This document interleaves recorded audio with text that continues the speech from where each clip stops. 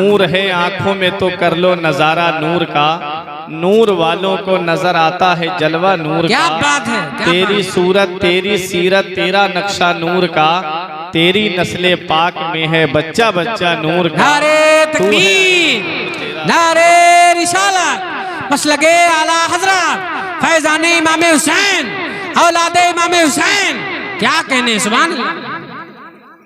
तेरी नस्ले पाक में है बच्चा बच्चा नूर का, तू है आईने नूर तेरा सब घराना नूर का। वाह वाह वाह। हज़रात मोहब्बत से दुरूद पाक पढ़ें। अल्लाहुम्मा सल्ली अला सय्यिदिना व मौलाना मुहम्मदिन व बारिक वसल्लिम सलातुम व सलामन अलैका या रसूल अल्लाह सल्लल्लाहु ताला अलैहि वसल्लम।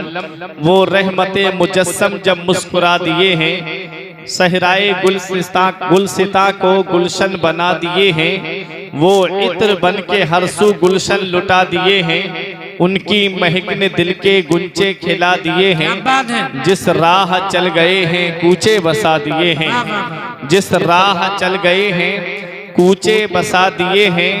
और सिद्दीक बन के चमका जो खुल्क उनसे मांगा, गौसों का गौस ठहरा नक्शे कदम जो मांगा, कुर्बा रबीआ तुम पर उनको उन्हीं से मांगा। मेरे करीम से गर कतरा किसी ने मांगा, दरिया बहा दिए हैं दुर्बे बहा दिए हैं, दरिया बहा दिए हैं दुर्बे बहा दिए हैं। हज़रात प्रोग्राम का जो टाइटल है वो आपने देखा ही है, पैगामे ताजुश शरिया कॉन्फ्रेंस है। मदरसा फैजाने ताजुश शरिया के ज़ेरे एहतिमाम ये प्रोग्राम हो रहा है और पैगामे ताजुश शरिया कॉन्फ्रेंस में आप यहाँ पर बैठे हैं। ताजुश शरिया का पैगाम क्या है, वो पैगाम मैं आपको अपनी तकरीर के आखिर में आपके सामने पेश करूंगा। हज़रात मैंने एक आयत करीमा तिलावत करने का शरफ हासिल किया।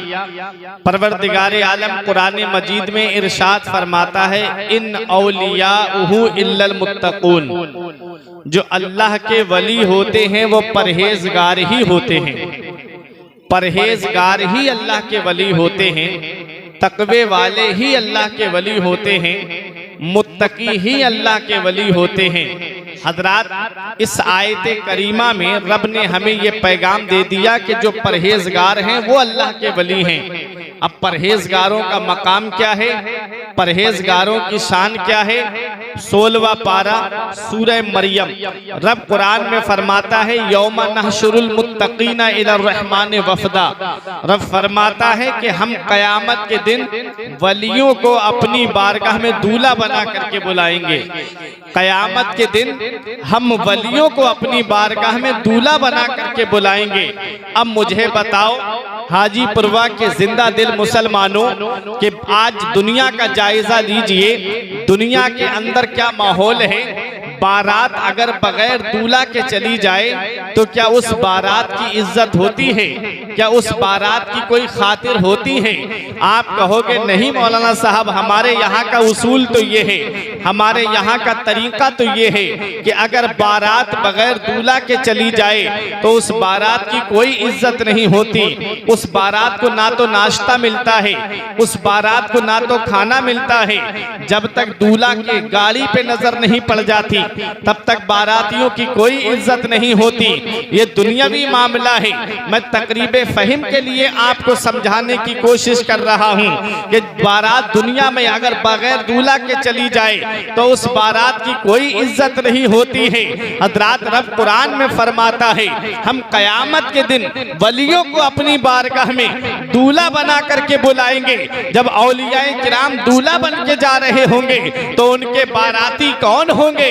अरे उनके बाराती हम ही तो होंगे जो वलियों को मानते हैं, जो वलियों की बारगाह में खिराज अकीदत पेश करते हैं, वही तो उनके बाराती होंगे। अरे जब दुनिया में बारात अगर बगैर दूल्हा के चली जाती है तो उस बारात की कोई इज्जत नहीं होती है। कयामत के दिन रब अपने वलियों को अपनी बारगाह में दूल्हा बना करके बुलाएगा। जब ये औलियाए किराम दूल्हा बन के जा रहे होंगे तो इनके पीछे पीछे इनके मानने वाले बाराती बन के जा रहे होंगे। अरे जब हुजूर ताजुश शरिया रब रब की बारगाह में दूल्हा बन के जा रहे होंगे तो उनके गुलाम उनके पीछे पीछे बाराती बन के जा रहे होंगे। जब मुफ्ती आज़म हिंद दूल्हा बन के जा रहे होंगे तो नूरी उनके पीछे पीछे बाराती बन के जा रहे होंगे। अरे जब हुज्जतुल इस्लाम रब की बारगाह में दूल्हा बन के जा रहे होंगे तो हामिदी उनके पीछे पीछे बाराती बन के जा रहे होंगे। जब आला हजरत रब की बारगाह में दूल्हा बन के जा रहे होंगे तो रज़वी उनके पीछे पीछे बाराती बन के जा रहे होंगे। और आगे बढ़ो, जब वारिसे पाक रब की बारगाह में दूल्हा बन करके जा रहे होंगे तो वारिसे पाक से मोहब्बत करने वाले उनके पीछे पीछे बाराती बन के जा रहे होंगे।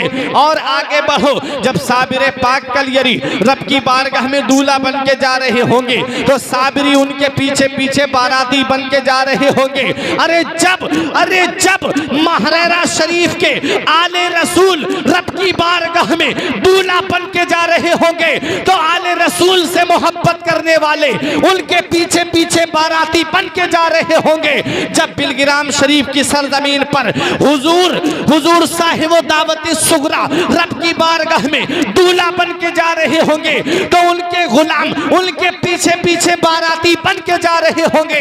जब मीर मोहम्मद तैयब रब की बारगाह में दूल्हा बन के जा रहे होंगे तो तैयबी उनके पीछे पीछे गुलाम बन के जा रहे होंगे। जब मीर अब्दुल वाहिद बिलगिरामी रब की बारगाह में दूल्हा बन करके जा रहे होंगे तो वाहिदी गुलाम उनके पीछे पीछे बाराती बन के जा रहे हैं। नारे तकबीर, नारे रिसालत, मसलगे आला हजरत, ताजदारे करबला, खानदाने अहले बैत, फैजाने औलियाए किराम, औलादे इमाम हुसैन, सैयद सरकार हुसैन मिल्लत। क्या बात है, सुभान अल्लाह। अरे जब गरीब नवाज रब की बारगाह में दूल्हा बन करके जा रहे होंगे तो चिश्ती उनके पीछे पीछे बाराती बन के जा रहे होंगे। जब जुनैद बगदादी रब की बारगाह में दूल्हा बन के जा रहे होंगे तो जुनैद बगदादी से मोहब्बत करने वाले उनके पीछे पीछे बाराती बन के जा रहे होंगे। जब तारिकुस सल्तनत मखदूम अशरफ जहांगीर सिमनानी रब की बारगाह में दूल्हा बन के जा रहे होंगे तो उनके सच्चे गुलाम उनके पीछे पीछे बाराती बन के जा रहे होंगे। जब गौसे आजम रब की बारगाह में दूल्हा बन के जा रहे होंगे तो कादरी गुलाम उनके पीछे पीछे बाराती बन के जा रहे होंगे। दूल्हा बनाए जाएंगे जब गौस हश्र में दूल्हा बनाए जाएंगे, जब गौस हश्र में हम कादरी भी जाएंगे उनकी बारात। सुभान अल्लाह, सुभान अल्लाह। हम कादरी भी जाएंगे उनकी बारात में। फरिश्तों रोकते क्यों हो हमें जन्नत में जाने से? ये देखो हाथ में दामन है किसका? गौसे आजम का। सुभान अल्लाह। ये देखो हाथ में दामन है किसका? गौसे आजम का। हजरात, तो औलियाए किराम जो होते हैं वो परहेजगार होते हैं, मुत्तकी होते हैं। औलियाए किराम अपने रब के फरमान पे अमल करने वाले होते हैं, रसूल की सुन्नतों पे अमल करने वाले होते हैं। ये पैगाम ताजुश शरिया कॉन्फ्रेंस है। आओ मैं आपको बता दूं ये औलियाए किराम कौन होते हैं, फिर आपको ताजुश शरिया का पैगाम मैं दे करके आपके सामने से रुखसत हो जाऊं। हजरात, ये औलियाए किराम को जो इतना बड़ा मनसब मिलता है, जो इतना बड़ा मकाम मिलता है, ये मकाम कैसे मिलता है? हदीस कुदसी है। रब इरशाद फरमाता है, रब ने इरशाद फरमाया कि मेरे बंदे नवाफिल के जरिए मेरा कुर्ब हासिल कर लेते हैं। हजरात, वो रातों रात रब की इबादत करते हैं, वो रातों रात अपने रब को याद करते हैं। हजरात, जिन गौसे आजम के नाम का हम खुतबा पढ़ते हैं, जिन गौसे आजम की बारगाह में हम खिराज अकीदत पेश करते हैं, कभी मेरे गौस की हिस्ट्री पे गौर कर लिया करो, कभी मेरे गौस की जिंदगी मुबारका पे गौर कर लिया करो।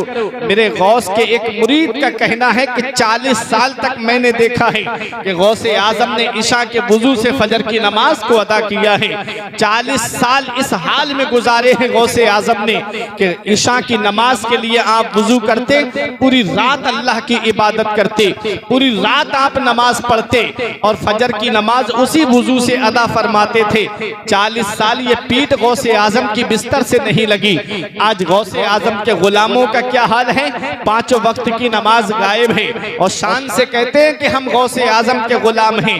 गौसे आजम से सच्ची मोहब्बत यही है कि गौसे आजम ने जिन कामों को करने का तुम्हें हुक्म दिया है उन कामों को करो, जिन कामों से मना किया है उन कामों से रुक जाओ। देखो गौसे आजम की जिंदगी कि आपने 40 साल तक इशा के वुजू से फजर की नमाज को पढ़ा। गरीब नवाज रजी अल्लाह ताला अन्हु ने तकरीबन 37 या 35 साल तक इस हाल में गुजारे कि पूरी पूरी रात अल्लाह की इबादत करते थे। ये पीठ आपकी बिस्तर से नहीं लगी। ये अल्लाह वाले हैं जो पूरी पूरी रात जाग करके अपने रब को याद करते हैं। ये अल्लाह वाले हैं जो पूरी पूरी रात इबादत में खड़े रहते हैं। और आज उनके मानने वालों का हाल ये है, मस्जिदें देखो तो हमारी वीरान हो गई, मदरसे देखो तो आज हमारे वीरान हो गए। आज मुसलमानों का हाल कि मुसलमान अपनी दीनी मदारिस से दूर हो गया, आज मुसलमान अपनी मसाजिद से दूर हो गया।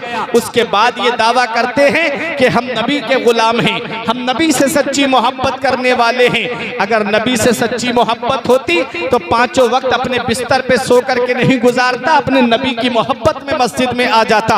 अगर नबी से सच्ची मोहब्बत होती तो आज दर्सगाहें तुम्हारी सूनी नहीं होती। आज नबी से सच्ची मोहब्बत होती तो आज मदारिस तुम्हारे सूने नजर नहीं आते। आज हमने देखा है अभी चंद साल पहले जब लॉकडाउन लगा था तो हाल क्या हो गया था, मुसलमानों का हाल ऐसा बन गया था कि जहां से रोजी आने के जरिए थे मुसलमानों ने वहां पर जो है वो रोक लगानी शुरू कर दी। जैसे मसाजिद के अंदर अइम्माए किराम की तनख्वाह को आधा कर दिया गया कि मौलाना साहब हम ये तुम्हारी तनख्वाह कहां से देंगे। मदारिस के अंदर जो पैसे महीने पे देते थे वो पैसे देना बंद कर दिए। आप अल्लामा मुफ्ती कलीम मिसबाही से पूछिए, ये आपको बताएंगे कि कुरान करीम के अंदर तकरीबन तिहाई हिस्सा ऐसा है जो इन्फाक फी सबीलिल्लाह का हमें पैगाम देता है, जो अल्लाह की राह में खर्च करने का हमें पैगाम देता है।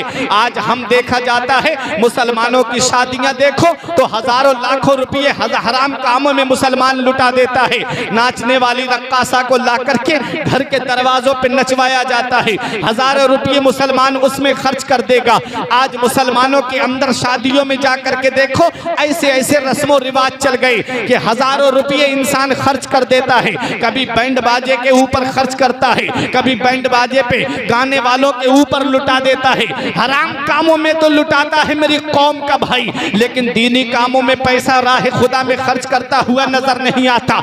याद रखो अल्लाह ने 2 फरिश्ते तुम्हारे कांधे पे बिठा दिए हैं, एक नेकियां लिखने पे मुकर्रर है, एक बुराइयां लिखने पे मुकर्रर है। अगर तुम राह खुदा में खर्च करोगे नेकी वाला फरिश्ता लिख लेगा, अगर तुम हराम कामों में खर्च करोगे बुराई वाला फरिश्ता लिख लेगा जो बुराइयां लिखने पे मुकर्रर है। अब मुझे बताओ प्यारे मुसलमानों, रब कुरान में फरमाता है नहनु अल्ज़मनाहु ताइरहु फी उनुक़िही, रब फरमाता है हमने हर एक का नामे आमाल उसकी गर्दन में लटका दिया है। नुखरिजु लहु यौमल क़ियामती किताबन यल्क़हु मंशूरा, हम उसे क़यामत के दिन निकालेंगे खुली हुई किताब की तरह। इक़रा किताबका, ले पढ़ ले अपनी किताब। कहाँ कहाँ तूने हराम माल खर्च किया है, कहाँ कहाँ हराम जगहों पे माल को खर्च किया है, सब तुम्हारे सामने आ जाएगा। रब कुरान में फरमाता है वमन यअमल मिस्काल ज़र्रतिन खैरन यरा वमन यअमल मिस्काल ज़र्रतिन शर्रन यरा, हल्की से हल्की नेकी भी जो तुम जमीन के ऊपर करोगे वो भी कयामत के दिन देखोगे, और हल्के से हल्का गुनाह भी जो जमीन पे करोगे उसे भी कयामत के दिन देखोगे। तो ऐ मेरे अजीजों, आज भी मस्जिदों के दरवाजे खुले हैं, आज भी मदारिस के दरवाजे खुले हैं। इन हराम कामों से बाज आ जाओ और आ जाओ दीनी मदारिस की तरफ रग़बत कर लो, आ जाओ मसाजिद की तरफ रग़बत कर लो। दीनी राह में, राह खुदा में अपने माल को खर्च कर लो। राह खुदा में खर्च करोगे, मदरसे के तलबा पे खर्च करोगे, दीनी तालीम पे खर्च करोगे तो ये माल तुम्हारा ज़ाय नहीं होगा। अल्लाह इस माल में इतनी बरकत अता फरमा देगा कि तुम्हारी नस्लें खाएंगी तब भी ये माल तुम्हारा खत्म नहीं होगा। सुभान अल्लाह, सुभान अल्लाह। नारे तकबीर, नारे रिसालत, मसलके आला हज़रत, फैज़ाने आला हज़रत, औलादे गौसे आज़म। क्या बात है, सुभान अल्लाह।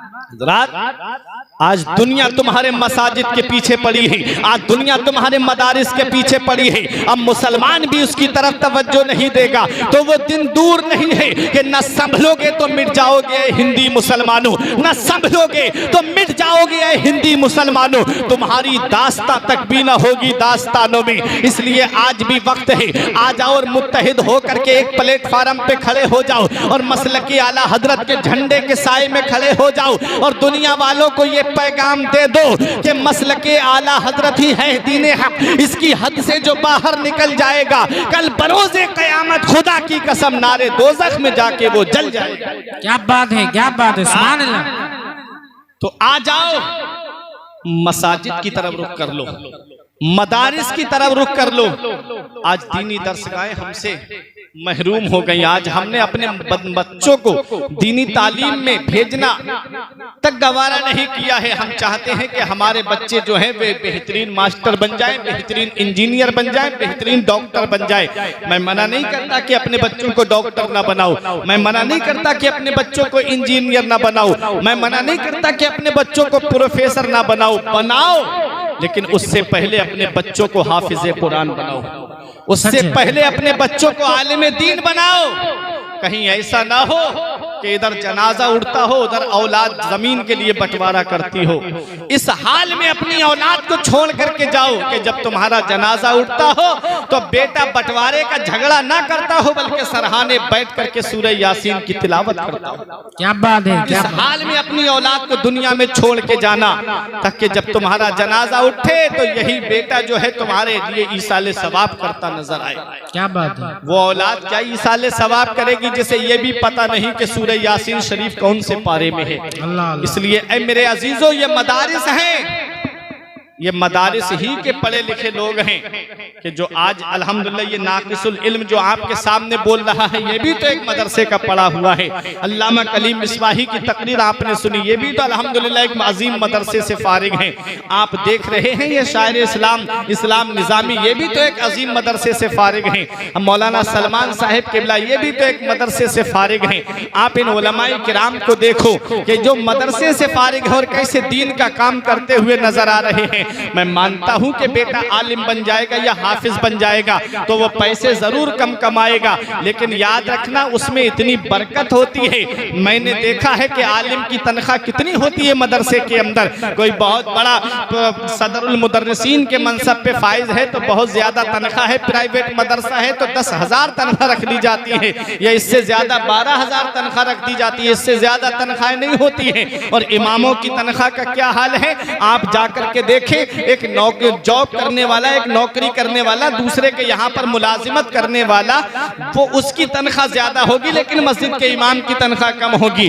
5,000 6,000 की तनख्वाह। हजरात अगर मैं आपसे कहूँ कि आप मेरे यहाँ पर आ जाइए, अल्हम्दुलिल्लाह आपको बताऊँ मैं भी एक मदरसे का मुदर्रिस हूँ। हजरात उस मदरसे के अंदर अभी हजरत हमको मतबख में खाना बनाने की जरूरत पड़ी तो हम एक बावर्ची की तलाश में थे तो 15,000 बावर्ची मांग रहा था हुजूर। हमने कहा भाई 5,000 ले लेना। बोला 5,000 में मेरे घर का गुजारा कैसे होगा। हमने कहा 6,000 ले लेना। उसने कहा 6,000 में हमारे घर का गुजारा कैसा होगा। कभी तुम ये भी देख लिया करो कि तुम्हारी मस्जिद में जो इमाम नमाज पढ़ा रहा है 5 वक्त की नमाज पढ़ाता है, 24 घंटे तुम्हारी बस्ती में रहता है, सुबह को तुम्हारे मदरसों तुम्हारे बच्चों को दर्स देता है, दोपहर में जोहर के बाद भी तुम्हारे बच्चों को पढ़ाता है, शाम को तुम्हारी बस्ती के बच्चों को पढ़ाता है, 24 घंटे तुम्हारी बस्ती में ड्यूटी देने वाला इमाम, उसकी 5,000 6,000 की तनख्वाह। खुद के ऊपर जब मामला पेश आया तो कहते हो कि हमारे घर का गुजारा कैसे चलेगा।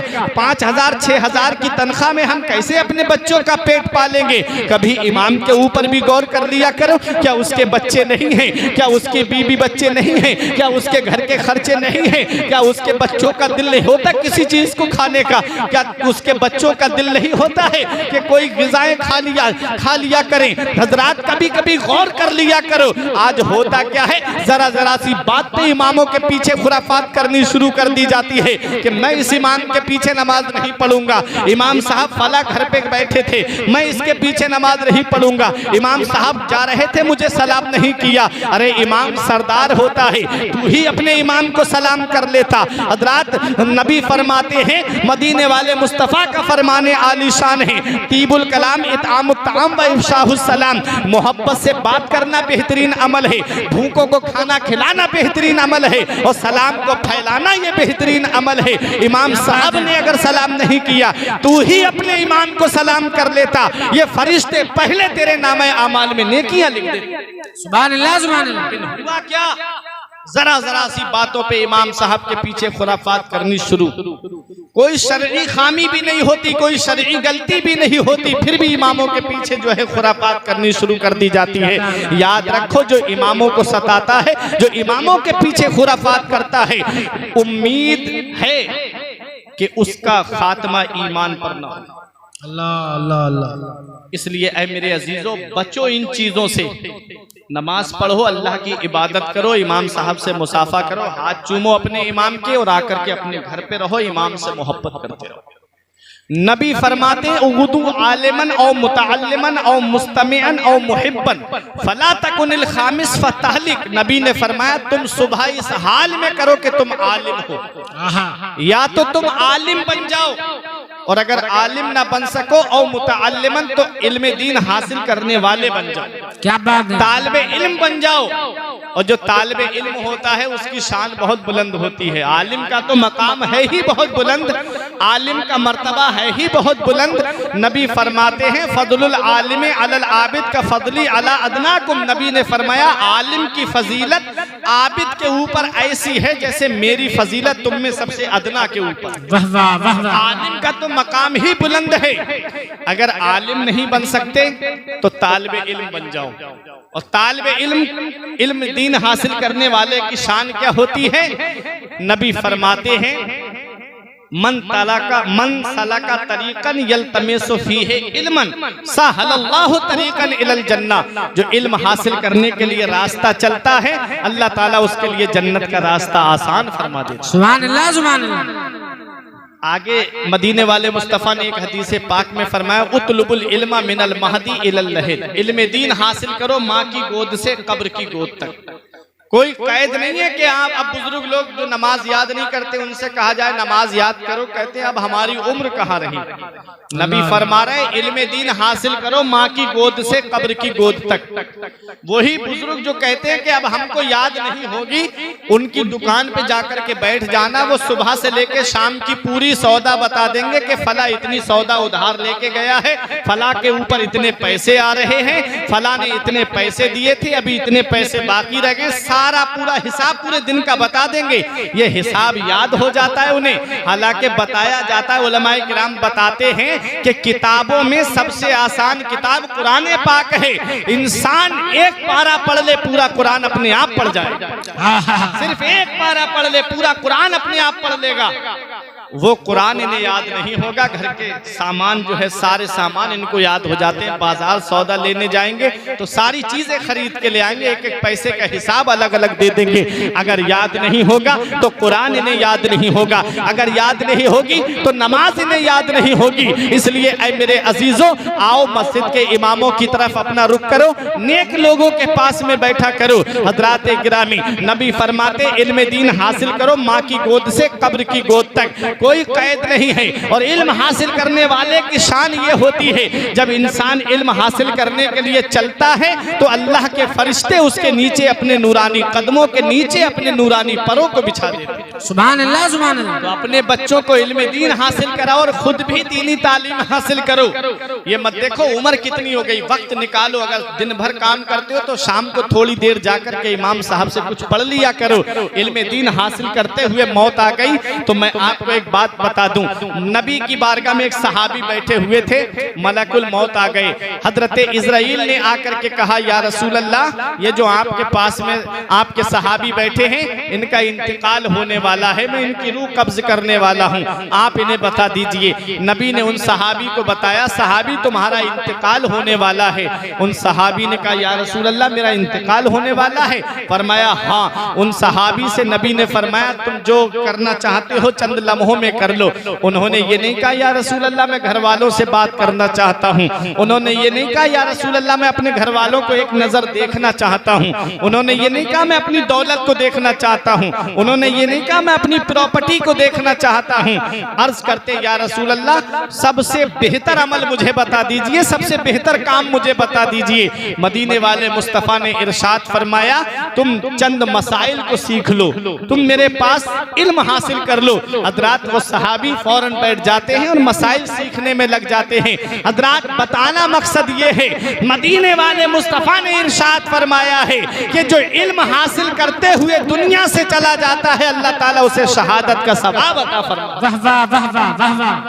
इल्म हासिल करते हुए दुनिया से चला जाता है, अल्लाह ताला उसको शहादत का सवाब अता फरमाता है। माशाअल्लाह। साहब किबला ने मुझे बताया था कि इनके एक भाई का इंतकाल हुआ, हाफिज गुलफाम साहिब किबला का। वो करंट लगने की वजह से उनका इंतकाल हुआ। परवरदिगार आलम शहादत के मनसब पे उनको फाइज फरमाए, आमीन। आप देखें, एक तो हाफिज और ऊपर से जो है वो शहादत का दर्जा। और हाफिज की शान क्या होती है, हाफिज का मकाम क्या होता है? एक हदीस पाक सुन लो, नबी फरमाते हैं, युकालु ले साहिबिल कुरान इकरा वर्तकी व रत्तिल कमा कुंता तुरत्तिलु फिद दुनिया फ इन्ना मंजिलका इंदा आखिर आयतिन तकरऊहा। नबी फरमाते हैं, कयामत के दिन अल्लाह हाफिज कुरान से फरमाएगा, मोहब्बत से बोलो सुभान अल्लाह, सुभान अल्लाह। हाफिज कुरान से फरमाएगा।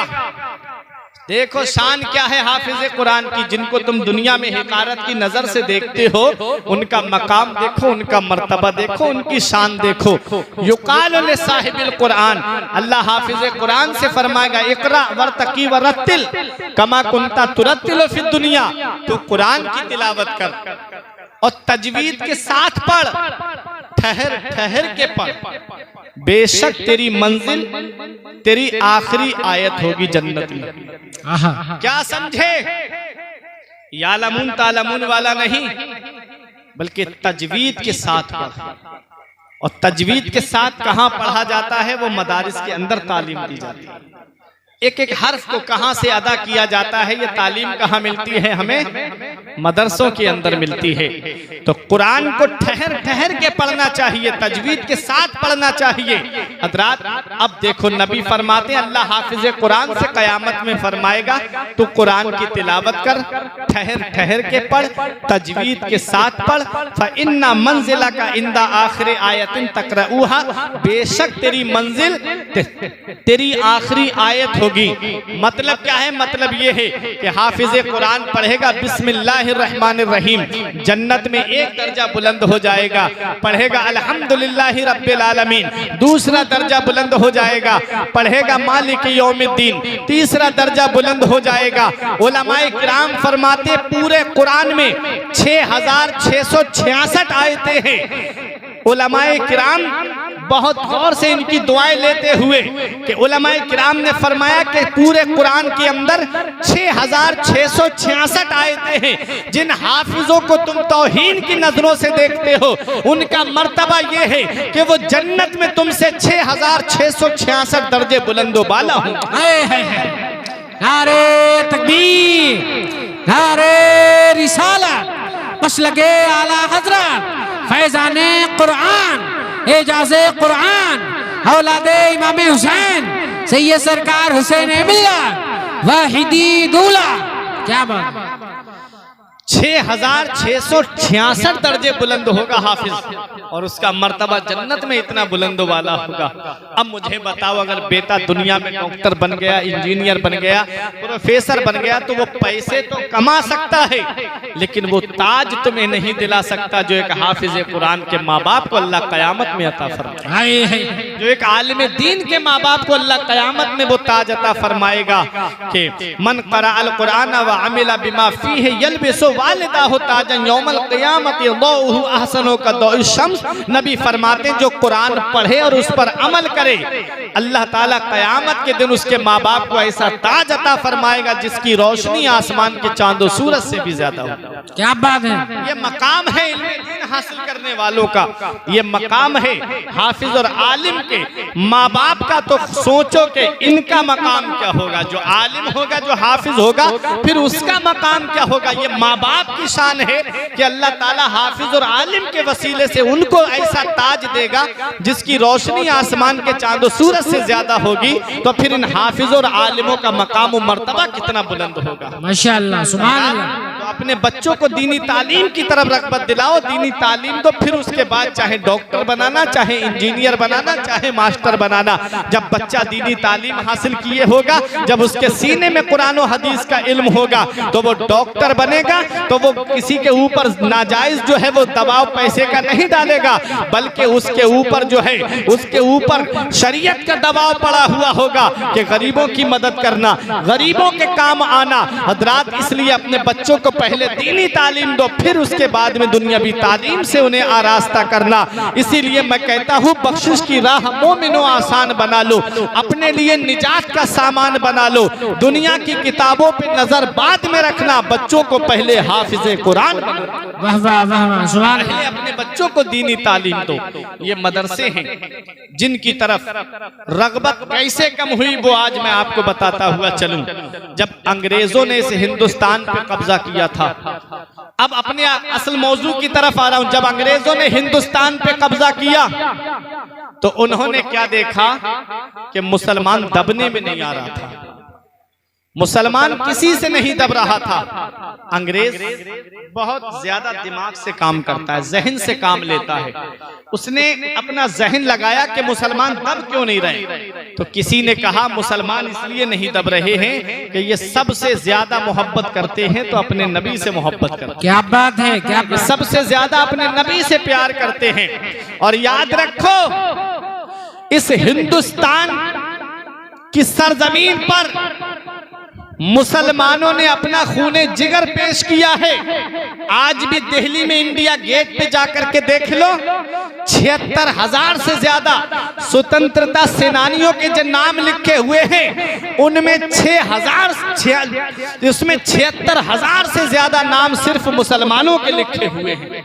क्या बात 1 लाख नाम है, उनमें 76,000 से ज्यादा नाम किसके लिखे हुए हैं? ये मुसलमानों के नाम लिखे हुए हैं। इस देश को आजाद कराने में मुसलमानों ने अपना खूने जिगर पेश किया है। इस देश को आजाद कराने में मुसलमानों ने अपनी कुर्बानियां पेश की हैं। और तब तक अंग्रेजों ने इस हिंदुस्तान पर कब्जे का ऐलान नहीं किया था जब तक शेरे मैसूर टीपू सुल्तान रहमतुल्लाह अलैह को शहीद नहीं कर दिया था। टीपू सुल्तान के जिस्म की उन्हें पहचान नहीं चल रही थी, तो टीपू सुल्तान की बहन को बुलाया। उन्होंने हाथ की उंगलियों से अपने भाई के जिस्म की पहचान की थी, क्योंकि टीपू सुल्तान के ऊपर और भी लाशें गिरी हुई थी, उनके जिस्म अंदर दब चुका था। टीपू सुल्तान का जिस्म निकाला, निकालने के बाद बहन ने कहा ये मेरे भाई टीपू सुल्तान है। तब अंग्रेजों ने सीने पे पैर रख करके टीपू सुल्तान के कहा था, ऐ हिंदुस्तान वालों कान खोल के सुन लो, आज से आधा हिंदुस्तान हमारा हो गया, आज से आधे हिंदुस्तान पर हमारा कब्जा हो गया। ये मुसलमान है, मुसलमान जिन्होंने हिंदुस्तान को आजाद कराने में खूने जिगर पेश किया है, अपने जिगर की कुर्बानियां पेश की है, अपने अजीजों को पेश किया है। आखिरी मुगल बादशाह बहादुर शाह जफर को जब अंग्रेजों ने दिल्ली के लाल किले से गिरफ्तार करके रंगून और काला पानी भेजा था, तब एक अंग्रेज का कहना है कि जब सुबह सुबह हम बहादुर शाह जफर को लेके जा रहे थे तो चांदनी चौक के अंदर कोई भी पेड़ ऐसा नहीं था जिस पर किसी आलिम की गर्दन न लटकती हो, जिस पर किसी हाफिज की गर्दन न लटकती हो। हजरात वही एक नदी थी बराबर में, उस नदी के बराबर में तेल खौल रहा था। हजारों की तादाद में उलमाए किराम को खौलते हुए तेल में डाल दिया गया था। उस वक्त हिंदुस्तान पाकिस्तान आजाद मुनकसिम नहीं हुआ था। उस वक्त की बात है, लाहौर की जामा मस्जिद में तकरीबन 80 के करीब मुसलमान आलिमों की गर्दनें सूली पे लटका दी गई थी। मुरादाबाद के अंदर मौलाना किफायतुल्लाह काफी अलैहिर्रहमा को अंग्रेजों ने बीच चौराहे पे सूली पे चढ़ाया था। अल्लामा फजले हक खैराबादी जिन्होंने सबसे पहले जिहाद का फतवा दिया था, जब दिल्ली की जामा मस्जिद में जुमे के दिन तकरीर करते थे तो गैर मुस्लिम घरों से निकल के कहते थे इस मस्जिद के रोबे जो हैं, इस मस्जिद के अंदर जो सुराख हैं उन्हें बड़ा कर दिया जाए ताकि हम उस मुजाहिद को देख ले जिसने हमारे देश को आजाद कराने के लिए आवाज उठाई है। हम उस मुजाहिद को देखना चाहते हैं। ये मुसलमानों का किरदार रहा है। मौलाना किफायतुल्लाह काफी से अंग्रेजों ने कहा था कोई आखिरी ख्वाहिश है? बोले हाँ, नमाज पढ़ना चाहता हूँ। 2 रकत नमाज पढ़ी और जल्दी नमाज पढ़ ली। तब अंग्रेजों ने कहा क्या इस मौत के डर से जल्दी नमाज पढ़ ली? कहा नहीं, मौत के डर से नमाज जल्दी नहीं पढ़ी है, बल्कि इसलिए नमाज को मैंने मुख्तसर किया है कहीं तुम लोग ये ना समझ लो कि मौत की डर की वजह से इसने नमाज को तब्दील कर दिया है। मौलाना किफायतुल्लाह काफी ने कहा था ये अंग्रेजों कान खोल के सुन लो, कोई गुल बाकी रहेगा ना चमन रह जाएगा, बस रसूलुल्लाह का दीने हसन रह जाएगा। हम सफीरों बाग में हैं, कोई दम के चहचहे बुलबुलें उड़ जाएंगी, सूना चमन रह जाएगा। अतलशो कम ख्वाब की पोशाक पर नाज़ाना हो, इस तने बेजान पर खाकी कफन रह जाएगा। नाम शाहाने जहां मिट जाएंगे काफी, मगर नामे पाके पंजतन और मुस्तफा रह जाएगा। नारे तकबीर, हाथ उठा के बोलिए सारे लोग, नारे तकबीर, नारे रिसालत, मसलके आला हजरत, ख्वाजा का हिंदुस्तान, ख्वाजा का हिंदुस्तान, फैजाने पंजतने पाक, औलादे इमाम हुसैन, वाहिदी दूल्हा। क्या बात है। आज जो हिंदुस्तान में तुम चैन की सांसें ले रहे हो, अरे ये अजीम मुजाहिदीन कहां से आए जिन्होंने हमारे मुल्क को आजाद कराने के लिए अपनी जान की कुर्बानियां पेश कर दी। तो ए हाजीपुर व लखीमपुर के जिंदा दिल मुसलमानों, ये उलमाए किराम ये कहीं और की देन नहीं है, ये मदरसों की देन है। अल्लामा फजले हक खैराबादी ये मदरसे की देन है। मौलाना किफायतुल्लाह काफी ये मदरसे की देन है। मौलाना इनायतुल्लाह काकौरवी ये एक मदरसे की देन है। अल्लामा फजले हक खैराबादी ये एक मदरसे की देन है। अल्लामा रजा अली खां ये एक मदरसे की देन है। ये प्यारे मुसलमानों, अगर इन मदरसों को बंद कर दिया जाएगा तो ये अजीम मुजाहिद कहां से आएंगे? ये वही अजीम मुजाहिद है जो मदरसे की टूटी हुई चटाई पे बैठ करके मदरसे के अंदर सूखी रोटी और दाल को खा करके मदीने वाले मुस्तफा के पैगाम को आम कर रहे थे और दुनिया वालों को ये पैगाम दे रहे थे कि मोहम्मद से वफा तूने तो हम तेरे हैं, कि मोहम्मद से वफा तूने तो हम तेरे हैं, ये जहां चीज है क्या लौहो कलम तेरे। सुभान अल्लाह, माशाअल्लाह, वाह वाह। ये मदरसों ही से तो पैदा हुए थे अजीम मुजाहिद, इसलिए इन मदरसों की तरफ रग़बत करो। इन मदरसों की तरफ अपने बच्चों को दीनी तालीम की तरफ अपने बच्चों का जहन लेकर के जाओ ताकि ये बच्चे मदरसों में पहुंचे और दीनी तालीम हासिल करें और वक्त की बातिल ताकतों से टकराने का हुनर अपने पास में रखें। हजरात, तो बता ये रहा था कि जब अंग्रेजों ने इस हिंदुस्तान पे कब्जा किया था तो मुसलमान दबने में नहीं आ रहा था। उन्होंने कहा कैसे मुसलमानों को दबाया जाए, तो 2 गिरोह अंग्रेजों ने खरीदे थे। उसने फिर अपने जहन से काम करना शुरू कर दिया। उन्होंने 2 गिरोह खरीदे। एक गिरोह वो था जो बज़ाहिर लंबी लंबी दाढ़ियां रखे हुए था, जुब्बा और दस्तार पहने हुए था। उसने गांव देहातों में जाकर के सीधे साधे मुसलमानों को, जिनके पास तालीम कम होती है, जिनके पास इल्म कम होता है, उन सीधे साधे मुसलमानों को जाकर के बहकाना शुरू कर दिया। देखो, नबी के 2 हाथ थे, हमारे 2 हाथ हैं। नबी के 2 पैर थे, हमारे 2 पैर हैं। नबी की 2 आंखें थी, हमारी 2 आंखें हैं। नबी के 2 कान थे, हमारे 2 कान हैं। इसलिए नबी हमारी तरह बशर हुए। नबी ने शादी की, हम भी शादी करते हैं। नबी के बच्चे हुए, हमारे बच्चे हैं। इसलिए नबी हमारी तरह बशर हैं। बस वो नबी हैं, उनका अदब इतना करना चाहिए जैसे एक बड़े भाई का अदब किया जाता है। जब इस तरह के नए नए अकीदे इब्लीस की झोली से निकाल करके मुसलमानों के सामने पेश किए जा रहे थे, जब इस तरह के नए नए अकीदे मुसलमानों के सामने पेश किए जा रहे थे और सीधे साधे कौम के मेरे मुसलमान उनके दामे फरेब में फंसते हुए जा रहे थे। दूसरा गिरोह वो था जिन्होंने गवर्नमेंटी स्कूल खोले और मुसलमानों के बच्चों को मदरसों से हटा करके स्कूल के अंदर रुक कर आया और उन्होंने वजीफे मुकर्रर किए थे। 300 रुपए वजीफा हमको मिलता था जब हम बचपन में पढ़ते थे। हजरात, आज हम आपको बताना चाहते हैं, गुर्बत का दौर था, मुसलमानों के पास अगर किसी के पास 3 बच्चे हैं, उसने लालच में आकर के मुझे 900 रुपए मिलेंगे, उसने अपने बच्चों को मदरसे से हटा करके स्कूल के अंदर भेज दिया। अब बच्चा जब दीनी तालीम हासिल नहीं करेगा तो नबी के बारे में उसे क्या पता, जब पढ़ेगा ही नहीं दीनी तालीम तो सहाबा की सीरत के बारे में उसे क्या पता, जब वो दीनी तालीम हासिल नहीं करेगा तो उसे उलमाए किराम का अदब क्या पता, जब वो दीनी तालीम हासिल नहीं करेगा तो उसे क्या पता कि उसके नबी ने कैसी कुर्बानियां दी हैं, उसे क्या पता कि उसके नबी के नाम पे जो है सब कुछ लुटाने में कितना सवाब मिलता है।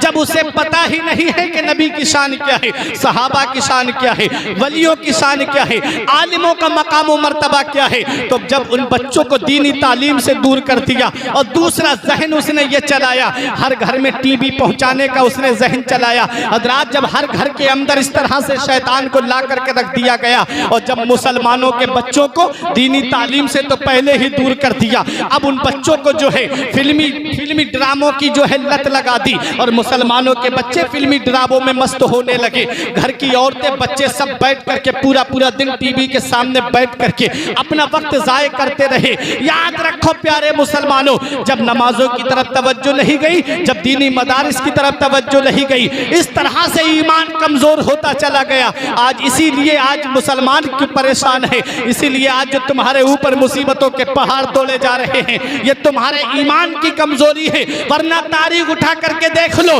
313 मुसलमान आए थे और तारीख जानती है रमजान शरीफ का महीना, जो अरब की गर्मी और शिद्दत की गर्मी और खाने का ये आलम, इफ्तार का ये आलम, सहरी का ये आलम कि एक खजूर है उसको बीच में से आधा करता एक भाई और आधी खजूर अपने दूसरे भाई को दे देता, आधी खजूर खुद खा के इफ्तार करता, गुठली को फेंकता नहीं। सहरी जब आती तो उसके ऊपर नमक लगा करके चाट करके पानी पी करके रोजा रखता। ये हाल था उस दौर के मुसलमान का। आज एक भाई मुझसे कहता है, मौलाना क्या बात है कि बदर में आसमान से फरिश्ते उतरे थे मुसलमानों की मदद के लिए, आज मुसलमानों की मदद के लिए कोई नहीं आता है। मैंने कहा उन मुसलमानों की शान तो देख ले, उन मुसलमानों का मकाम तो देख ले, उन मुसलमानों का मर्तबा तो देख ले, उन मुसलमानों की अजमत तो देख ले। वो मुसलमान आपस में मुत्तहिद थे, उनके अंदर इत्तिहाद था।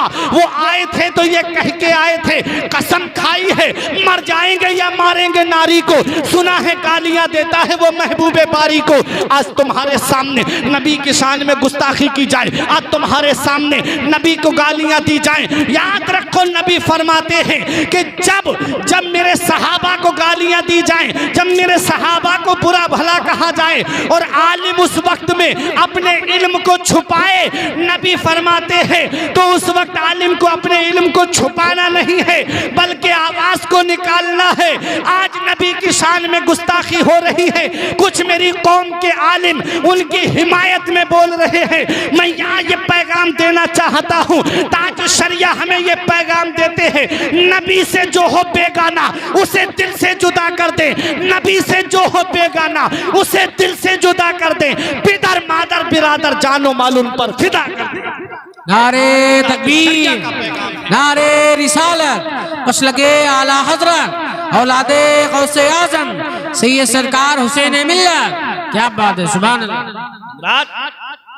तो जब मुसलमानों के घरों से शरीयत मुस्तफा चली गई, जब मुसलमानों के दिलों से नबी की मोहब्बत चली गई और दूसरों की मोहब्बत हमारे दिल के अंदर आ गई, इसीलिए आज हम परेशान हैं, इसीलिए आज हम मुसीबतों के शिकार हैं कि हमने नबी की शरीयत पे अमल करना छोड़ दिया।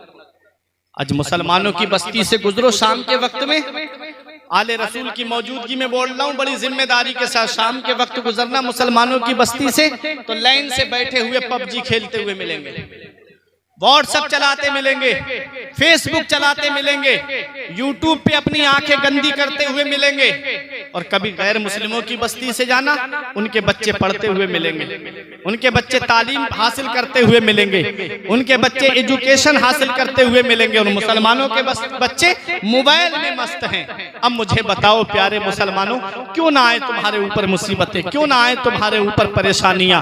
याद रखो, वो पत्ता पेड़ से गिर जाता है जो अल्लाह के जिक्र से गाफिल हो जाता है, वो जानवर ज़िबा कर दिया जाता है जो अल्लाह के जिक्र से गाफिल हो जाता है, वो मछली शिकार हो जाती है जो अल्लाह के जिक्र से गाफिल हो जाती है, वो घास काट ली जाती है जो अल्लाह के जिक्र से गाफिल हो जाती है। आज मुसलमानों तुम्हारा हाल ये, पांचों वक्त की नमाज तुम गायब कर देते हो, पांचों वक्त अपने बिस्तर पे पड़े सोते रहते हो। आज तुम्हारे घरों का हाल क्या है? मेरी कौम का नौजवान 2.5 घंटे की फिल्म बैठ करके देख लेता है, 10 मिनट नमाज में लगते मस्जिद में नहीं जाता है। आज आप देखो जगह जगह बैठ करके फिल्में देखते हुए, फिल्मी ड्रामे देखते हुए मेरी कौम के नौजवान मिलेंगे। जरा सी इतना वक्त नहीं मिलता कि जाकर के थोड़ी देर कुरान की तिलावत कर ले, इतना वक्त नहीं मिलता इमाम साहब के पास जाके कोई हदीस पाक नबी की सुन ले। आज हमारे पास इतना वक्त नहीं। याद रखो, अचानक आने वाली मौतों से इबरत हासिल किया करो। पता नहीं ये मौत का फरिश्ता कब हमारे पास आ जाए, पता नहीं कब ये हमें दुनिया छोड़ करके जाना पड़ जाए। इसलिए ऐ मेरे अजीजों, अपना नाम अमाल मुकम्मल कर लो। अभी तुम्हें पता नहीं, हमारे इलाके में एक घर के 7 लोगों का इंतकाल हुआ था। दिल्ली से आ रहे थे, अखबार में भी वो बात निकली थी, यूट्यूब पे भी वो खबर मौजूद है। एक घर के 7 लोगों का इंतकाल हुआ, अचानक से एक्सीडेंट हुआ और उनका इंतकाल हो गया। पूरे परिवार का परिवार खत्म हो गया। ये अचानक आने वाली मौतों से इबरत हासिल नहीं करते, पता नहीं कब मौत का फरिश्ता हमारे पास आ जाए। ये फिल्में देख करके कानों में ब्लूटूथ लगा ली, कानों में ईयरफोन लगा ली और गाने सुनता हुआ मेरी कौम का नौजवान गाड़ी से तेज रफ्तारी से चला जा रहा है। जरा सोच तो सही, खुदा ना खास्ता अगर इस हालत में मौत आ गई, गाने सुनता हुआ दुनिया से चला गया, तो कब्र में मदीने वाले मुस्तफा तुझसे अपना चेहरा फेर लेंगे। नबी चेहरा फेर लेंगे तो कौन है जो कब्र में तुम्हारे काम आएगा? मेरा इमाम कहता है, उनको रहम आए तो आए, वरना वो कड़ी मार है क्या होना है। छुप के लोगों से किए जिसके गुना, वो खबरदार है क्या होना है। कल दूर जाना है, रहा दिन थोड़ा, मत पे क्या मार है क्या होना है। आह बिगड़ी तो कहाँ आकर नाव, ऐन मझधार है क्या होना है। कल तो दीदार का दिन है और यहाँ कल तो नबी का दीदार करना है, कल तो खुदा का दीदार करना है, कल सहाबा का दीदार करना है, कल अपने वलियों का दीदार करना है। और यहाँ पर यूट्यूब पे गंदी फिल्में देख करके, यहाँ पर यूट्यूब पे गंदी तस्वीरें देख करके आंखें हमारी बेकार हो चुकी हैं। हमारी आंखें इस लायक नहीं कि हम अपने नबी को ये चेहरा दिखा सके, हमारे चेहरे इस लायक नहीं कि हम नबी के सामने खड़े हो सके। आज हमारा वजूद इस लायक नहीं कि हम अपने नबी के सामने खड़े हो सके। कभी गौर कर लिया करो, कभी आईने में अपने आप को देख लिया करो। चेहरा है तो वो सुन्नत से सजा हुआ नहीं है। जिसकी दाढ़ी नहीं होती है वो कब्र में जाता है। नबी उससे अपना चेहरा अनवर मोड़ लेते हैं, उलमा इकराम बताते हैं नबी उससे अपना चेहरा अनवर मोड़ लेते हैं, क्योंकि जिसकी दाढ़ी नहीं होती उससे नबी अपनी नाराजगी का इजहार फरमाते हैं। तो मुझे बताओ प्यारे मुसलमानों, क्यों कौन है जो कब्र में उसके काम आएगा, कौन है जो कब्र में उसकी मदद करेगा। इसलिए ऐ मेरे अजीजों, अपने चेहरे इस लायक बना लो कि नबी के सामने खड़े हो सको, अपना वजूद इस लायक बना लो कि नबी के सामने खड़े हो सको। ये दुनिया चंद दिन की है, पता नहीं ये दुनिया कब छोड़ के हमें जाना पड़ जाए। रब कुरान में फरमाता है, इज़ा जाअ अजलुहुम ला यस्तअखिरून साअतन वला यस्तक़दिमून। जब मौत आएगी तो न एक सेकंड इधर और न एक सेकंड उधर। अल्लाह ने जिसकी जिस हाल में लिख दी है उसे उसी वक्त ये दुनिया छोड़ करके जाना है। जब दुनिया छोड़ के जाना है तो क्यों ना हम इस दुनिया से इस हाल में जाएं कि हमारा रब हमसे राजी हो जाए और हमें मौत आ जाए, हमारे नबी हमसे राजी हो जाए और हमें मौत आ जाए। अरे हाजीपुरवा के जिंदा दिल मुसलमानों, दुनिया में जिंदगी इस हाल में गुजार के जाना कि जब तुम्हारा जनाजा उठता हो तो मोहल्ले के लोग ये ना कहे पूरे पूरे दिन फिल्में देखा करता था, पूरे पूरे दिन गाने सुना करता था, ये कहते हुए नजर न आए, बल्कि मोहल्ले के लोग ये कहते कि ये उसका जनाजा जा रहा है जो कुरान की तिलावत किया करता था, जो 5 वक्त की नमाज पढ़ा करता था, जो अपने नबी की नाते सुना और पढ़ा करता था। जब इस हाल में जनाजा उठेगा तो यही शेर गुनगुनाया जाएगा कि लहिद में इश्क़े रुखे शह का दाग लेके चले, लहिद में इश्क़े रुखे शह का दाग लेके चले, अंधेरी रात सुनी थी चराग लेके चले। सुभान अल्लाह, सुभान अल्लाह। वाह तेरे गुलामों का नक्शे कदम है राहे खुदा, वो क्या बहक सके जो ये सुराग लेके चले। माशाअल्लाह, अपनी माशाअल्लाह। जिंदगी इस हाल में गुजार के जाओ कि तुम्हारे नबी तुमसे राजी।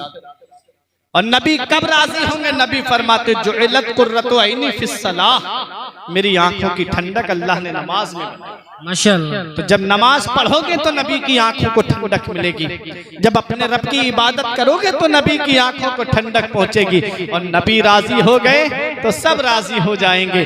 मदीने वाले मुस्तफ़ा तुमसे राजी हो गए तो आला हजरत फरमाते खुदा की रजा चाहते हैं दो आलम, खुदा की रजा चाहते हैं दो आलम, खुदा चाहता है रजाए मोहम्मद। नबी तुमसे राजी हो गए तो सब राजी हो जाएंगे। तो मैं अर्ज ये कर रहा था, बात यहाँ से निकली कि अचानक आने वाली मौतों से इबरत हासिल किया करो, पता नहीं कब ये मौत का फरिश्ता हमारे पास आ जाए और हमें ये दुनिया छोड़ करके जाना पड़ जाए। इसलिए ऐ मेरे अजीजों, दुनिया चंद दिन की है, इस हाल में गुजार के जाओ कि तुम्हारा रब तुमसे राजी हो, तुम्हारे नबी तुमसे राजी हो, तुम्हारे वली तुमसे राजी हो। जब इस तरह से तुम्हारा जनाजा उठेगा तो तुम्हारे लिए कब्र में भी आराम है और मैदान क़यामत में भी तुम्हारे लिए आराम ही आराम है। माशाअल्लाह। दुनिया के नज़ारे तुम्हारे लिए हैं, कब्र की बहारें तुम्हारे लिए हैं और जन्नत की बहारें तुम्हारे लिए हैं। जब अपनी ज़िंदगी शरीयत के दायरे में गुजार के जाओगे हज़रात, तो मुसलमान की शान बड़ी बुलंद होती है। मुसलमान आपस में भाई भाई हैं। आज होता क्या है, आज एक मुसलमान दूसरे मुसलमान की बुनियाद खोदने में लगा हुआ है। वो सोचता है कि ये आगे ना बढ़े बल्कि इसको किसी तरीके से पीछे लाया जाए, इसे पीछे किया जाए। आपस में मिलजुल करके रहो, आपस में इत्तेहाद और इत्तेफाक के साथ रहो। हज़रात, तो बताना मकसद, आखिरी बात पैगाम की शक्ल में दिल की तख्ती पे लिख करके ले जाओ। उलमाए किराम से मोहब्बत करो, हाफिजों और आलिमों से मोहब्बत करो, मस्जिद के इमामों से मोहब्बत करो। हज़रात, तो अंग्रेजों ने इस हिंदुस्तान पे जब कब्जा किया था तो 2 गिरोह खरीदे। एक तो वही लंबी दाढ़ी रख करके सीधे साधे मुसलमानों को इन्होंने बहकाना शुरू कर दिया, और दूसरा गिरोह वो जिसने गवर्नमेंट स्कूल खोले, मुसलमानों के बच्चों को मदरसे से हटा करके स्कूलों के अंदर दाखिल कर दिया। आज तक ये सिलसिला चला आ रहा है। लालच की वजह से दीनी मदारिस से बच्चे दूर कर दिए, तालीम से दूर कर दिए। यही वजह है कि उनके दिल के अंदर आज इश्क़ रसूल कमजोर हो गया, आज इश्क़ रसूल बहुत कमजोर हो गया मेरी कौम के नौजवानों के अंदर। हज़रात, तो दूसरा गिरोह जो था जिसने सीधे साधे मुसलमानों को गांव देहातों के अंदर जाकर के बहकाना शुरू किया था, कौन था जो उस गिरोह का जवाब देता? कौन था जो उस गिरोह का जो है मुंह तोड़ जवाब देता? उस वक्त में मुसलमानों के ईमान व अकीदे को बचाने वाली एक ही शख्सियत थी जिसने बरेली की सरजमीन पे जन्म लिया था, जिसे दुनिया वाले आला हजरत के नाम से जानते हैं। आला हजरत इमाम इश्क़ मोहब्बत ने दुनिया वालों को यह पैगाम दिया कि परेशान मत होना, घबराना नहीं। अगर कोई इश्क़ रसूल तुमसे छीनना चाहता है तो अहमद रजा तुम्हें इश्क़ रसूल की दौलत तुम्हें अता कर रहा है। आला हजरत कहते हैं अगर कोई नबी के इल्म गैब का इनकार कर रहा है तो अहमद रजा दौलतुल मक्किया बिल माद्दतिल गैबिय्या तुम्हें अता कर रहा है। अगर कोई तुम्हारे सामने तक़वियतुल ईमान पेश करके तक़वियतुल ईमान का सबब बन रहा है तो अहमद रजा तुम्हें तमहीद ईमान अता फरमा रहा है। कोई फतवे की बुनियाद पर तुम्हारे मिजाज को ठोकर मार रहा है तो अहमद रजा तुम्हें फतवा रज़विया अता फरमा रहा है। जिस इमाम ने हमारा ईमान बचाया, जिस आला हजरत ने हमारा ईमान बचाया, आज हमने उनको क्या दिया? आज मेरी कौम का भाई वो आला हजरत की शान में गुस्ताखी करके उनको गालियां देता है। कभी गौर कर लिया कर, तेरा ईमान बचाया है इमाम अहमद रजा खान ने, तेरे अकीदे की हिफाजत की है इमाम अहमद रजा खान ने। जब आला हजरत ने हमारे अकीदे की हिफाजत की तो दुनिया पुकार उठी के डाल दी कल्ब में अजमत मुस्तफ़ा, डाल डाल दी कल्ब में अजमत मुस्तफ़ा सैयदी आला हजरत पे लाखों सलाम। सुभान अल्लाह माशाअल्लाह। ईमान को बचाया है आला हजरत ने, अकीदे को बचाया है आला हजरत ने। और आला हजरत अजीमुल बरकत के वालिद अल्लामा नकी अली खां, उनके वालिद अल्लामा रजा अली खां, जिन्होंने हिंदुस्तान को आज़ाद कराने में हिस्सा लिया था। अंग्रेजों ने बहुत तलाश किया था अल्लामा रजा अली खां को कि किसी तरीके से मिल जाए और ला करके इनको जेल में डाल दिया जाए, लेकिन तारीख बताती है फानूस बन के जिसकी हिफाजत हवा करे, फानूस बन के जिसकी हिफाजत हवा करे, वो शम्मा क्या बुझे जिसे रोशन खुदा करे। नूरे हक इस्लाम है उसको बुझा सकता है कौन, जिसका हामी हो खुदा उसको मिटा सकता है कौन। हजरात गिरामी, मोहल्ला जसौली के अंदर जब मस्जिद का घेराव अंग्रेजों ने किया था कि मस्जिद के अंदर नमाज पढ़ने गए हैं अल्लामा रजा अली खां, लाओ इन्हें तलाश किया जाए। जब मस्जिद के अंदर जाकर के अंग्रेजों ने देखा तो अल्लामा रजा अली खां नमाज पढ़ रहे थे। अंग्रेज अल्लामा रजा अली खां को नहीं देख पा रहे थे। जब आप नमाज से फारिग हुए, आप तो अंग्रेजों को देख रहे थे लेकिन खुद नजर नहीं आ रहे थे।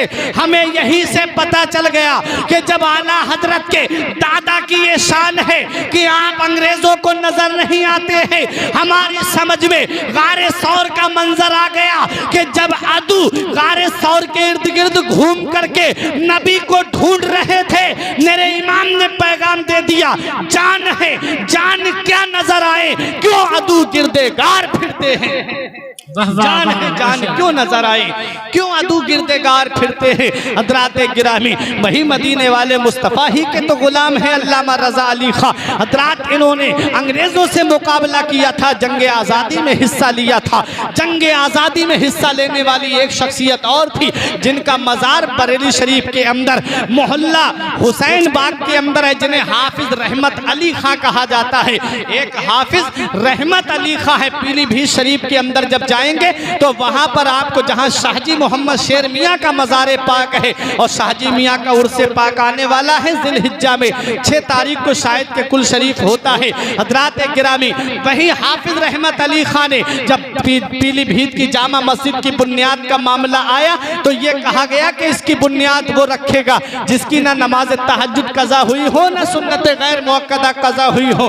बड़े से बड़ा आलिम कदम पीछे हटा लेता है, अपने वक्त का नवाब आगे बढ़ता है, जिनका नाम नवाब हाफिज रहमत अली खां है। हजरात आगे बढ़ के कहते हैं, आज मेरा राज खुल गया, मैं ही वो शख्स हूँ जिसकी ना नमाज तहज्जुद कज़ा हुई है और सुन्नत गैर मुअक्कदा कज़ा हुई है। दिल्ली की जामा मस्जिद की हूबहू कॉपी है पीलीभीत शरीफ के अंदर, पीलीभीत की जामा मस्जिद, यही हाफिज रहमत अली खां है। जब अंग्रेजों से मुकाबला हो रहा था तो अंग्रेजों ने तोप का गोला निशाना बांध करके हाफिज रहमत अली खां के सीने पे चलाया, सीने पे लगा तोप का गोला, जमीन के अंदर धंस गया। मैं हाफिज की शान बताना चाहता हूँ, मैं आलिम का मकाम बताना चाहता हूँ। हजरात गिरामी, जब अंग्रेजों ने आपको शहीद कर दिया तो जिस्म को अपने कब्जे में ले लिया। जब जिस्म को कब्जे में लिया तो लेने के बाद कुर्ता हटा के देखने लगे। किसी मुसलमान ने पूछा क्या बात है, कहते हमने तोप का गोला हाफिज रहमत अली खां के ऊपर चलाया है, इनके सीने पे लगा, जमीन में धंस गया, पता नहीं चला। ये कौन सी बुलेट प्रूफ जैकेट पहने हैं, ऐसी कौन सा इन्होंने कब जैकेट पहना है जिसकी वजह से तोप के गोले का असर नहीं हुआ। वो तोप का गोला जो बस्ती में गिरे तो बस्तियां उजाड़ दे, जो मोहल्ले में गिरे तो मोहल्ला तबाह कर दे, जो कस्बे में गिरे तो कस्बे का नामो निशान मिटा दे। इनके सीने का कुछ क्यों नहीं हुआ? तो मुसलमान ने जवाब दिया था, ये अंग्रेज तुझे पता नहीं है, इनके सीने को दुनिया की आग तो क्या जहन्नम की आग भी नहीं जला सकती। कहा किस लिए? कहा इसलिए कि ये किसी दुनियावी किताब के हाफिज नहीं थे, बल्कि ये कुरान पाक के हाफिज थे। और जिसके सीने में कुरान होता है उसे कब्र में न मिट्टी खाती है, उसे न जहन्नम की आग जलाएगी। जो बाअमल हाफिज कुरान होगा, ज़मीन मैली नहीं होती, ज़मन मैला नहीं होता, ज़मीन मैली नहीं होती, ज़मन मैला नहीं होता, मोहम्मद के गुलामों का कफन मैला नहीं होता। माशाअल्लाह, सुभान अल्लाह, सुभान अल्लाह। कुरान की शान है। नबी फरमाते कुरान चमड़े में लपेट करके आग में डाल दिया जाए तो उस कुरान को आग नहीं जला सकती, उस चमड़े को आग नहीं जला सकती। मुझे बताओ, जब कुरान को जिस चीज में लिपटा हुआ उसे आग नहीं जला सकती, तो जिस सीने में कुरान महफूज है उसे जहन्नम की आग कैसे जला सकती? माशाअल्लाह, ये मेरे अजीजों, जो हाफिज कुरान है उसका मकाम मर्तबा बड़ा ही बुलंदो बाला है। अपने बच्चों को हाफिज आलिम बनाओ ताकि तुम्हारे बच्चे जो हैं तुम्हारे लिए मरने के बाद इसाले सवाब करते नजर आए। यही पैगाम है आला हजरत का, दीनी तालीम दो। यही पैगाम है मुफ्ती आजम का कि अपने बच्चों को दीनी तालीम दो। और यही पैगाम है हुजूर ताजुल शरिया का कि अपने बच्चों को दीनी तालीम दो और नबी की मोहब्बत उनके दिल के अंदर डाल दो, नबी का सच्चा इश्क उनके अंदर डाल दो। और अपने बच्चों को ये पैगाम दे दो कि जान है इश्क मुस्तफ़ा, रोज खुजू करे खुदा, जिसको हो दर्द का मजा नाजे दवा उठाए क्यों। अपने बच्चों को यही पैगाम दे दो कि उन्हें जाना, उन्हें माना, न रखा गैर से काम, लिल्लाहिल हम्द में दुनिया से मुसलमान। आले रसूल की मौजूदगी है।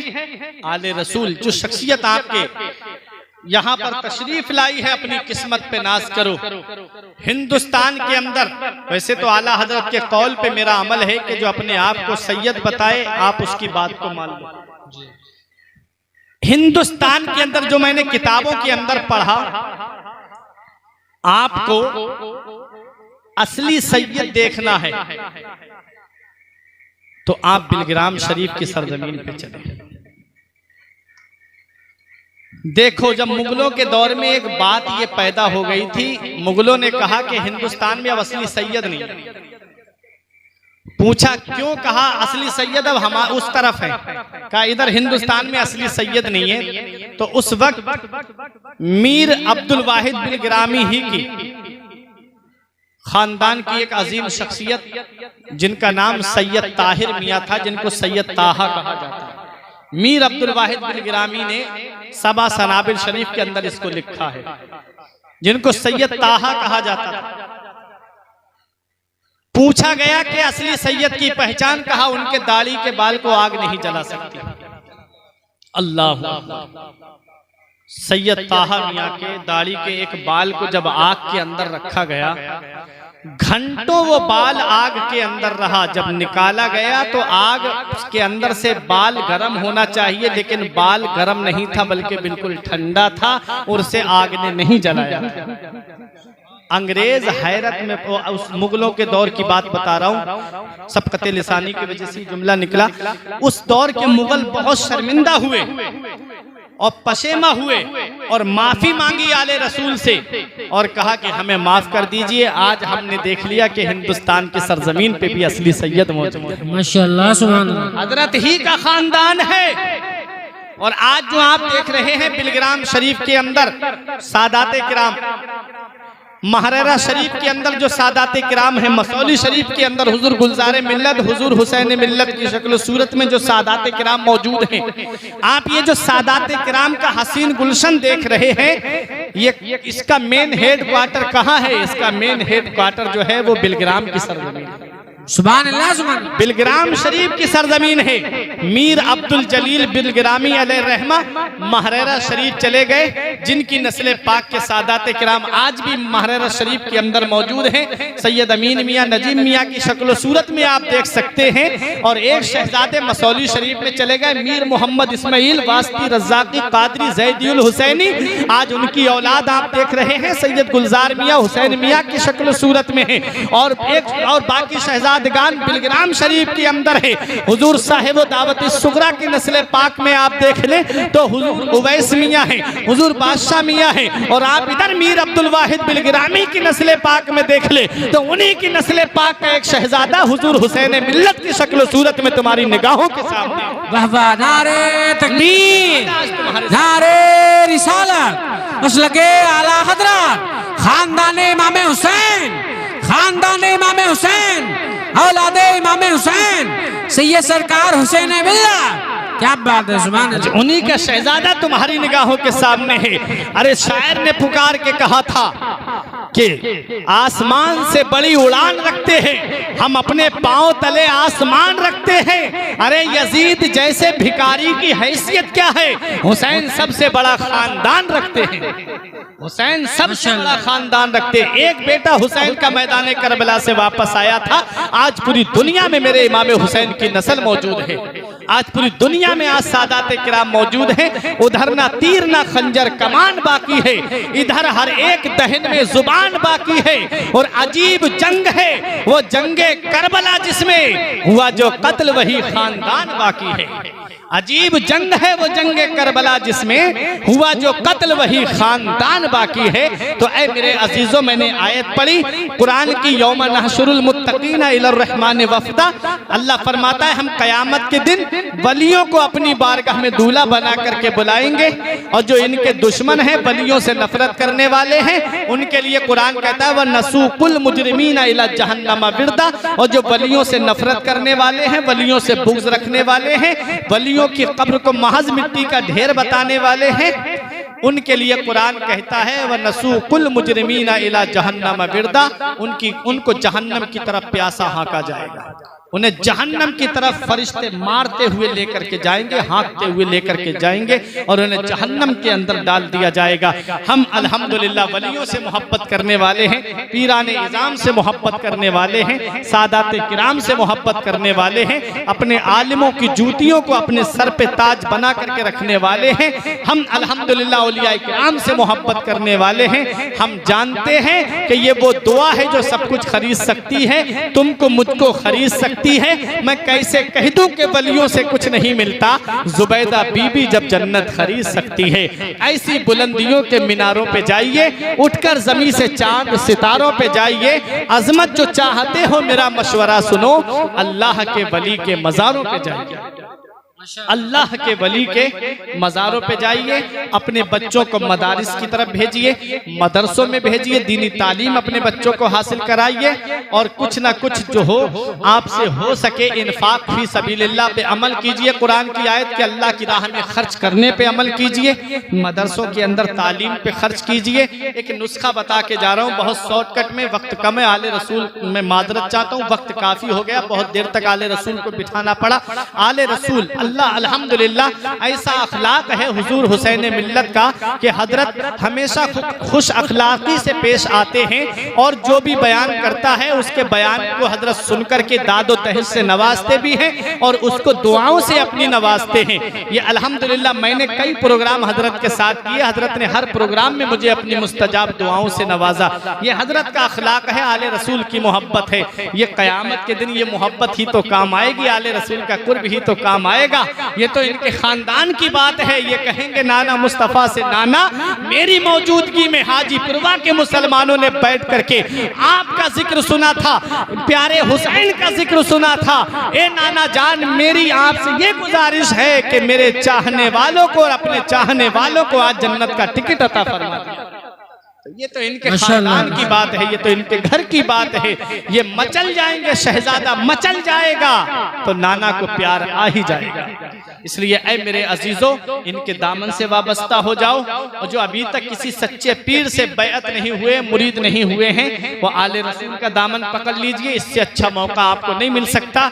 इनका दामन पकड़ लीजिए, फरिश्ते तुरंत ही आपके नामा आमाल में लिख देंगे कि इसने आले रसूल का दामन हाजीपुरवा की सरजमीन पे पकड़ा है। वो कयामत के दिन रजिस्टर तुम्हारा खुलेगा तो वहां आले रसूल का दामन पकड़े हुए होगे। ये निस्बत काम आएगी। नबी फरमाते कयामत के दिन सारे नसब खत्म हो जाएंगे, सिर्फ मेरा हस्ब नसब बाकी रहेगा, यानी सैयदों का नसब बाकी रहेगा, जो कयामत के दिन भी बाकी रहेगा। वो नसब किसी और का नहीं, हुजूर हुसैन मिल्लत का नसब है, जो कयामत के दिन भी बाकी रहेगा।